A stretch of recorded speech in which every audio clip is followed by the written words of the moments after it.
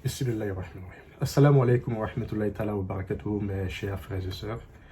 إن الحمد لله نحمده ونستعينه ونستغفره ونعوذ بالله من شرور أنفسنا ومن سيئات أعمالنا ما يهده الله فلا مضل له ومن يضلل فلا هادي له وأشهد أن لا إله إلا الله وحده لا شريك له وأشهد أن محمدا عبده ورسوله. Alors, chers frères et sœurs, aujourd'hui, nous allons parler de l'histoire d'un grand homme, d'un grand dirigeant, d'un grand homme d'État. Il s'agit de Omar ibn Abdelaziz. Et avec Mohamed, nous allons, n'est-ce pas, revisiter l'histoire de ce grand homme qui est considéré à juste titre comme le cinquième mieux guidé calife après le prophète paix sur lui. Après ses califes, ses compagnons, il y avait Abu Bakr Siddiq, Omar ibn Khattab, Othman ibn Affan et Ali ibn Abi Talib. Donc, à juste titre, Omar ibn Abdelaziz est considéré comme le cinquième mieux des califes. Et alors, Mohamed, je te laisse, je te donne la parole. Alors, Omar ibn Abdelaziz est réputé, est très connu pour avoir eu la réputation d'un homme très vertueux. Absolument. Et surtout, si tu me permets, d'un gouvernant vertueux. Il est d'un gouvernant vertueux. Qu'est-ce que tu peux nous dire de la biographie de Omar ibn Abdelaziz? Je pense que c'est pas une étape importante parce qu'il faut que les gens le connaissent. Alors, pour parler de lui, je vais raconter une histoire qui est très connue, une très belle histoire, qui remonte à Omar ibn Khattab, qui est considéré comme étant l'arrière-grand-père de Omar ibn Abdelaziz. Alors, il a dit qu'un jour, Omar ibn Khattab se promenait dans Médine afin de se rendre compte de la réalité de sa population. En bon leader, n'est-ce pas, il touchait du doigt les réalités. Alors, un jour, il marchait, c'était la nuit, et il entendit une discussion entre une fille et sa mère. La mère lui dit, mets de l'eau dans le lait afin qu'on fasse plus de profit. Et la fille s'écrie, elle dit, maman, n'as-tu pas entendu l'émir des croyants, Omar ibn Khattab, interdire cela, car c'est injuste? Et la mère retorqua, mais où est l'émir des croyants, où est-il? Il n'est pas là, fais ce que je te dis. Et la fille reprend, mais maman, si l'émir des croyants n'est pas là, Dieu nous voit. Ainsi la fille refusa. Omar était content. Cette nuit, il ne fit rien, il partit à la maison. Et il demanda à ses enfants, qui veut se marier? Et il se trouve qu'il y avait un qui était célibataire, Assim. Et le lendemain, il envoya, n'est-ce pas, demander la main de la fille en mariage. Je te parle là de l'émir des croyants, du calife Omar ibn Khattab, qui était le chef de l'empire musulman à l'époque. Alors, il a prié en disant que je prie que de cette union naisse un enfant qui sera au fait un émir. De cette union, du fils d'un chef d'État et d'une personne qui n'était pas connue, la fille, qu'il a choisie juste sur la base de l'éthique, de la moralité saine, de la vertu. Et c'est ainsi que cette union donnera naissance à une fille, et cette fille sera mariée par le calife de l'Égypte, qui s'appelait Abdelaziz, plutôt le gouverneur de l'Égypte, Abdelaziz. Et Abdelaziz mariera cette fille, et de cette union naîtra plus tard Omar ibn Abdelaziz. Ça, c'est un peu, voilà, brièvement, comment est-ce qu'il est né. Voilà. Donc, Omar ibn Abdelaziz est né à Médine, en 682, après le prophète paix sur lui, en l'an 61 de l'Égypte. Déjà, il faut dire que le contexte dans lequel il est né inspire la vertu. Oui, parce qu'il est né quelques années après le prophète paix sur lui. Non seulement, mais la femme, oui. Disons, l'épouse au fils de Omar. Abdelaziz, voilà. Qui était un homme connu pour sa justice, voilà. Sa vertu, qui est considéré d'ailleurs comme étant le deuxième meilleur homme après le prophète paix sur lui. Puisque le meilleur, après le prophète paix sur lui, c'est Abu Bakr Siddiq. Après Abu Bakr Siddiq, c'est Omar ibn Khattab. Son fils a marié une femme oui. Pour sa vertu. Une fille pour sa vertu. Voilà. Pas pour sa richesse, parce qu'elle n'était pas issue d'une classe sociale élevée. Voilà. Voilà. Donc on peut déjà considérer que il est issu d'une lignée qui a pour caractéristique La vertu. la vertu. Absolument. Ouais. Voilà. Donc, son enfance, rapidement, il a grandi à Médine et il fut enseigné par les plus grands savants. Et Mohamed, il y a un compagnon du prophète très connu qui a rapporté beaucoup de hadiths qu'on appelle Anas. Anas rapporte qu'il n'a vu personne prier comme le prophète à part Omar ibn Abdelaziz. Il priait comme le prophète Mohammed sallallahu alayhi wa sallam priait. Il émulait le prophète paix sur lui. Alors, une anecdote à l'enfance, Mohamed, c'était l'heure de la prière et Omar ibn Abdelaziz était en train de faire ses cheveux alors que la prière passait. On en informa son père en Égypte, gouverneur d'Égypte. Et son père ordonna à ce qu'on lui coupe les cheveux. Il était très strict avec l'éducation de son fils, puisqu'il voulait que son fils soit un exemple, un modèle de droiture. Donc il ordonna à ce qu'on enlève tous ses cheveux, pour ne plus qu'il reprenne cela, et pour lui inculquer l'importance de la prière. Ça, c'est un peu un passage de son enfance. Ce qui veut dire qu'il a été assisté par son père, il a été assisté par des savants au temps du prophète. Puisque après le prophète, ses compagnons, certains existaient, tels que Anas ibn Malik, qui est mort à l'âge de 90 ans ou plus. Voilà. Donc il a grandi dans les vertus. Il a appris les vertus. Ok, donc du coup, au-delà de l'homme vertueux, Oui. il est quand même reconnu pour avoir été un homme d'État, ce monsieur. Donc, déjà, comment est-ce qu'il intègre la vie politique de son époque? De son époque. Une belle question. Parce que c'est de ça qu'il s'agit d'ailleurs. Alors, Ibn Abdel... Avant de parler des réformes, il faut quand même qu'on sache comment est-ce qu'il a... Il faut que le public connaisse son ascension politique. Absolument, c'est très important. Dans le contexte de son époque. De son époque. D'abord, il faut savoir que c'est le fils d'un gouverneur, donc il est issu d'une aristocratie dans l'empire omeyyade. D'abord, califat, ça veut dire quoi? Ça veut dire successeur. Après le prophète, ceux qui sont venus diriger, tels que les premiers 4 califes, étaient appelés les califes parce qu'ils étaient successeurs au prophète paix sur lui. Donc, après le prophète paix sur lui, il y a eu la naissance plus tard de l'empire omeyyade. Voilà. Au début, le choix d'un leader, le choix de l'émir était basé sur une élection démocratique, comme aujourd'hui. Mais ils avaient leur propre approche. Mais au fil du temps, ça s'est transformé en monarchie. Donc le pouvoir se transmettait de père en fils. Alors il s'en est suivi l'extravagance, le luxe, l'injustice, identique à la période pré-islamique. Oui. Mais pas que pré-islamique, mais on est aujourd'hui dans un contexte où les gouvernants sont caractérisés par... Oui, effectivement, nous sommes retombés dans ce même truc-là. Ce sont les critères vraiment de la chute des civilisations.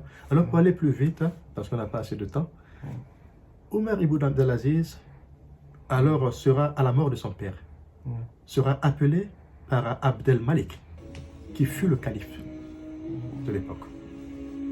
Abdel Malik fut un calife. Il appelle Omar ibn Abdelaziz de le rejoindre à Damas, actuelle Syrie, et il lui donne sa fille en mariage, Fatima. Donc c'est le chef d'un État qui donne sa fille à Omar ibn Abdelaziz parce qu'il l'admirait, il avait des qualités exceptionnelles sur le plan moral. Alors il le nomme comme gouverneur de Médine. Et il fait montre vraiment d'une gouvernance exceptionnelle. Déjà là on voit ses aptitudes de leadership. Parce qu'il se fait entourer de savants pour diriger Médine. Au point que les gens ne se plaignaient plus à Damas, qui était la capitale de l'Empire. Il n'y avait plus de plaintes. Parce que tout allait bien à Médine.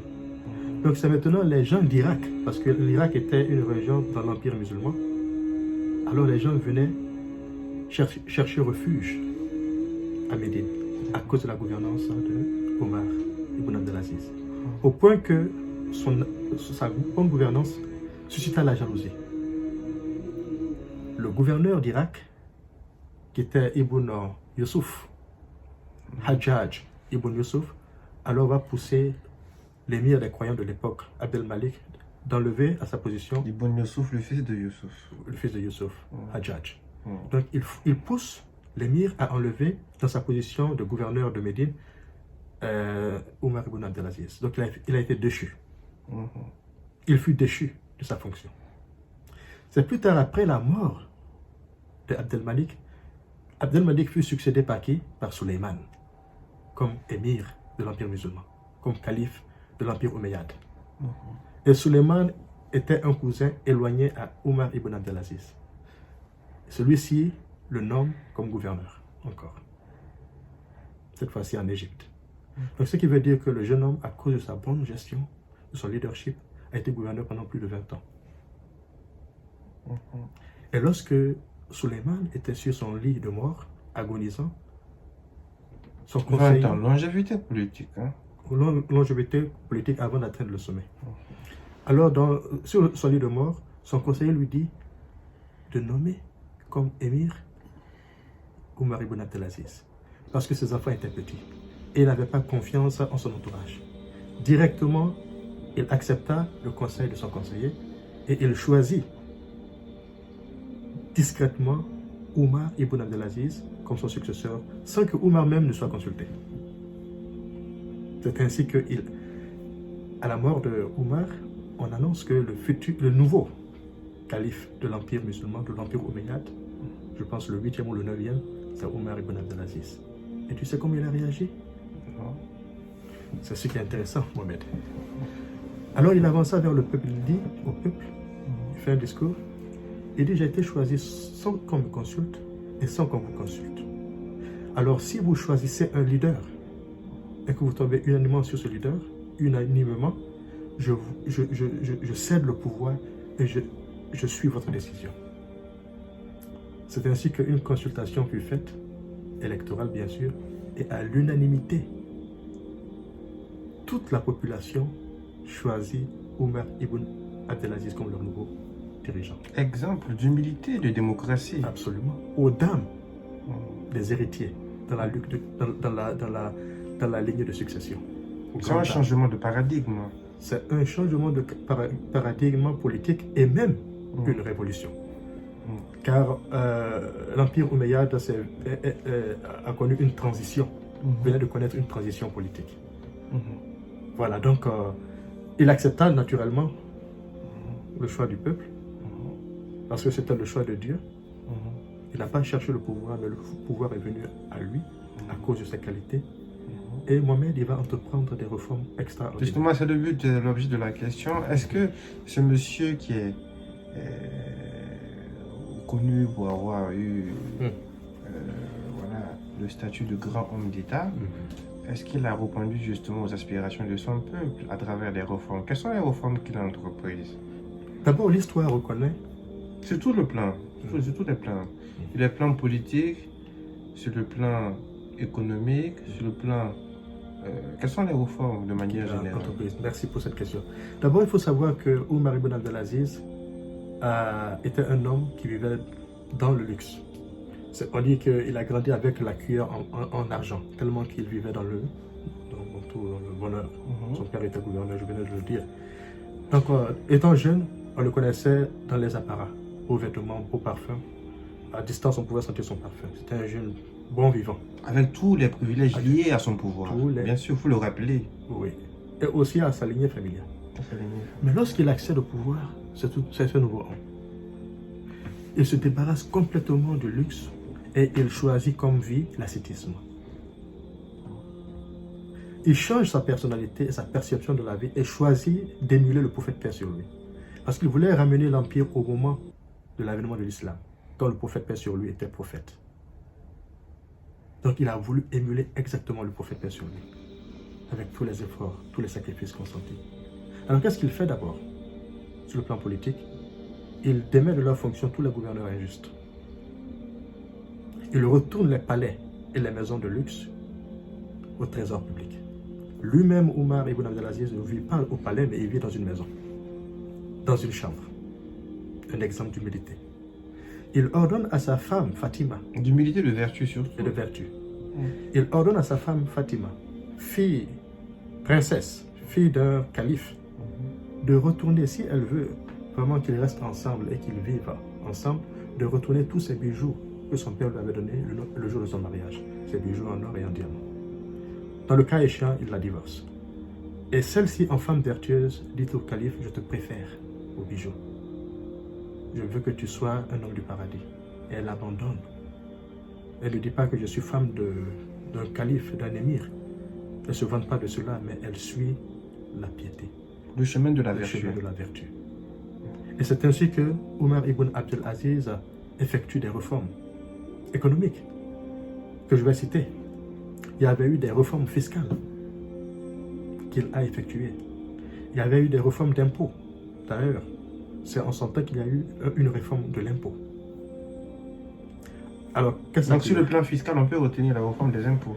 Oui, sur le plan fiscal, Les impôts. les impôts, effectivement, il y a ce qu'on appelle... Non, les recettes fiscales, d'abord. Un exemple.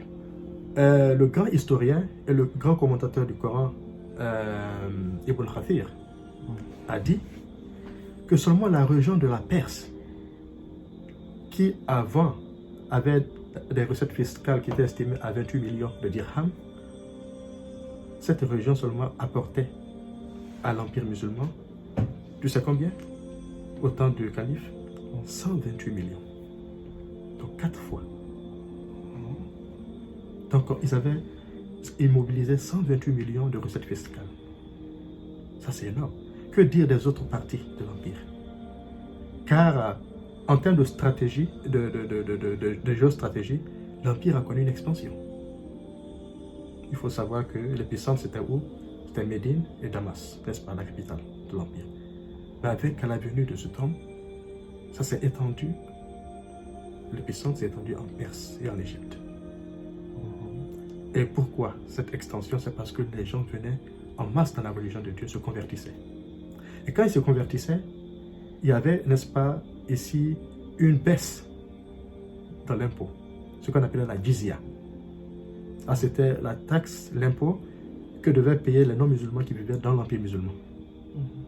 Mais lorsqu'ils se convertissent, ils deviennent musulmans, donc ils ne payent plus la taxe. Alors qu'est-ce qui se passait? Les gens se plaignaient parce que tout simplement leur poche était touchée.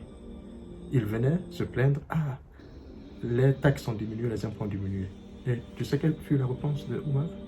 Je ne suis pas venu en tant que collecteur d'impôts. Parce que déjà, il faisait des révolutions, des réformes extraordinaires. Les recettes fiscales n'ont pas augmenté qu'en son temps, mieux qu'en son temps, dans toutes les régions. Et il faut savoir que l'empire islamique, l'empire omeyyade s'étendait des confins de la Chine au sud de la France. Est-ce que tu le savais? Des confins de la Chine au sud de la France. Donc l'empire s'étendait sur un territoire très très vaste. Donc on avait un chef d'État sur un tel territoire, mais qui ne s'enrichissait pas, qui vivait d'un salaire que lui fixait le trésor public et qu'il prenait par mois, comme tout travailleur. Alors, comme réforme... Autant d'exemples qui peuvent inspirer aux dirigeants actuels. Comme réforme, sur le plan infrastructurel, il a construit des infrastructures de qualité, telles que des routes, des ponts, des auberges pour les voyageurs, afin qu'ils puissent se reposer, boire de l'eau, manger, des dispensaires. En un mot, il a amélioré de manière substantielle, il a investi dans le social et il a amélioré de manière substantielle ce qu'on appelle les services sociaux de base, qui sont d'une importance capitale pour améliorer la qualité de l'existence, n'est-ce pas? Effectivement. Donc, il a fait cela. En Espagne, qui appartenait, n'est-ce pas, à l'Empire musulman. Quelles sont les réformes qu'il a entreprises sur le plan social? Sur le plan social. Sur le plan social, je donne un exemple. Les personnes handicapées, telles que les aveugles, il a mis à leur disposition une personne qui avait un salaire et qui annuellement était à leurs besoins. Parce qu'il y avait tellement de ressources financières qu'on ne trouvait plus dans l'Empire des pauvres à qui donner le monde. Tu t'imagines? Les riches venaient avec leur argent cherchant quelqu'un à qui donner le monde. Ils n'en trouvaient pas, puisqu'il y avait suffisamment d'argent. Autant dire qu'à l'époque de Ibn Abdelaziz, l'action publique à l'endroit des personnes vulnérables était déjà d'actualité. Était d'actualité comme aujourd'hui. Donc ça veut dire que On peut dire même qu'aujourd'hui, la politique sociale s'inspire de ce moment. Parce qu'au moment où l'Empire omeyyade était à son âge d'or, l'Europe était dans l'obscurantisme. Il faut le savoir. Cela échappe à la conscience moderne, mais c'est la vérité. Parce que l'histoire est toujours écrite par les vainqueurs. Aujourd'hui, il a vaincu, oui, effectivement, voilà. Il a vaincu la raconte. Effectivement. Donc, voici quelques réformes économiques qu'il a faites au point que l'Empire était à son apogée, à son âge d'or. Mais ce qui est surprenant, tu sais, il a fait comme cela en combien de temps? Toutes ces réformes en 2 ans et 5 mois. Seulement. En 2 ans et 5 mois, il a pu effectuer toutes ces réformes. Autant dire que c'est un exemple de volontarisme politique. De volonté politique. Mais associé à la vertu. À la vertu. À l'envie de suivre la voie du prophète paix sur lui, qui était, n'est-ce pas, le Coran et les hadiths. C'est ce qu'il a suivi. Au point que lorsqu'il fut nommé, il a envoyé des lettres à tous les savants de l'Empire pour que ceux-ci le conseillent. Donner l'importance aux savants, et lui-même, il était un érudit. Il était un érudit. Donc, il envoyait parfois des lettres au gouverneur par rapport à ce qu'il devait suivre en matière de vertu, de morale, d'administration. C'était un grand administrateur. Il avait une gestion rigoureuse. Cela est incontestable. Alors, on ne peut pas comprendre quand même qu'un chef d'État ait tous ses attributs, tout ce bilan positif et avoir une gestion, une gouvernance aussi écourtée. Que s'est-il passé? Ah oui, que s'est-il passé? C'est triste. Au fait, lorsqu'une personne vient avec ce genre de réforme positive, ce genre de bouleversement que je considère comme étant, que je qualifie de positif, au changement de paradigme. Le changement de paradigme qui est à l'avantage des pauvres, des couches démunies, femmes et enfants, vieillards. Tout le monde, au fait, était heureux. La vie ne s'est améliorée significativement qu'en son temps. Alors cela fâcha les Omeyyades, les princes, ceux qui, n'est-ce pas, vivaient dans l'extravagance, qui voyaient leur intérêt touché. Voilà. Alors, ils ont fomenté un coup contre lui. Ils ont soudoyé son servant, qui a, au fait, mis du poison dans sa nourriture. Il a mangé cette nourriture et plus tard, il a senti que c'était du poison. Donc, malheureusement, c'était avancé. Le poison avait détruit ses organes. Il fit appeler cette personne et lui demanda pourquoi tu as fait cela. Et cette personne lui a dit, on m'a donné de l'argent, 1000 dirhams, pour que je fasse cela. Et qu'est-ce qu'il a fait? Tu sais ce qu'il a fait? Ça va te surprendre. Il a pris les 1000 dirhams et il l'a remis dans le trésor public. Et il a dit à cette personne, fuis, va-t'en pour pas qu'on te tue. Quelle humilité. Plus que l'humilité, quelle gentillesse, quelle générosité. Quelle générosité. Et c'est ainsi qu'après cela, il est mort. Et c'est pourquoi Mohamed, on parle toujours de Omar ibn Abdel Aziz. On ne peut pas, à travers cette vidéo, faire le résumé de sa vie. Tu verras dans les livres son histoire racontée. Par plusieurs personnes, par plusieurs historiens. Parce que c'était un homme d'exception. Et le prophète paix sur lui a dit que chaque 100 ans, Dieu envoie un revivificateur de la religion. Donc le premier revivificateur de la religion islamique, c'est cet homme, Omar ibn Abdel Aziz. C'est incontestable et c'est unanime. C'est le premier. Et tout le monde s'accorde à dire que c'est le 5e mieux guidé calife, après Ali ibn Abi Talib. Il mérite son rang, lui. Absolument. Un homme a-t-il pu faire cela en seulement 2 ans et demi, toutes ces réformes? À faire de telle sorte qu'il n'y a plus de pauvres dans l'Empire musulman? Qu'on ne puisse trouver quelqu'un à qui donner de l'argent? De mendiants? Le trésor était plein. La macroéconomie était à sa parfaite gestion. Les recettes fiscales étaient suffisantes. Donc ça, c'était au fait l'histoire de cet homme. Peut-être on peut tirer des conseils rapidement. Alors, aujourd'hui, on vit dans un contexte, parlant de notre époque, dans un contexte où la démocratie est remise en cause. On voit tout ce qui se passe aujourd'hui dans pas mal de pays. en passant par la France jusqu'en Afrique. Mhm. Et pour ne citer que ces contextes, Mhm. autant dire que Ibn Abdelaziz est un exemple de dirigeant qui puisse inspirer nos dirigeants actuels. Alors, qu'est-ce qu'on peut en tirer Rapidement, de parce qu'on ce- n'a plus de temps, qu'est-ce qu'on peut tirer comme conseil? C'est de savoir que nous devons opérer. Le conseil qu'on peut tirer, c'est d'opérer le changement qu'on veut dans la société qu'on vit. Il a fallu que cet homme change sa personnalité, choisit des orientations, s'accroche à des valeurs immatérielles, telles que la vertu, la moralité, l'amour d'Allah, la crainte de Dieu, pour que cela se répercute dans la société. Donc il fut le reflet, son comportement fut le reflet dans la société de ce qu'il aspirait. Il accordait plus d'importance aux valeurs immatérielles qu'aux valeurs matérielles. Absolument. Et pour finir comme exemple, pour finir, il y a tellement de choses à dire. Lorsqu'il était au travail, il faisait la différence entre la lumière du travail et sa propre lumière. Il avait une bougie. Lorsque tu lui disais « Salam alaikum Émir », il te répondait « Salam alaikum ». Quand tu disais « Comment tu vas ?»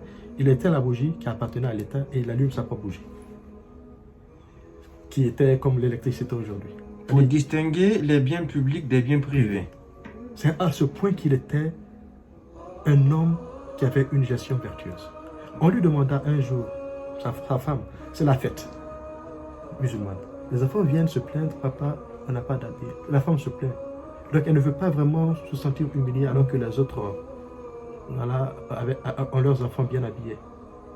Elle demande à son mari de demander une avance dans le Baytul Mal, ça c'est le trésor public, afin qu'on puisse payer de nouveaux habits pour les enfants. Il va voir, n'est-ce pas, la personne en charge. Tu peux m'avancer mon salaire d'un mois?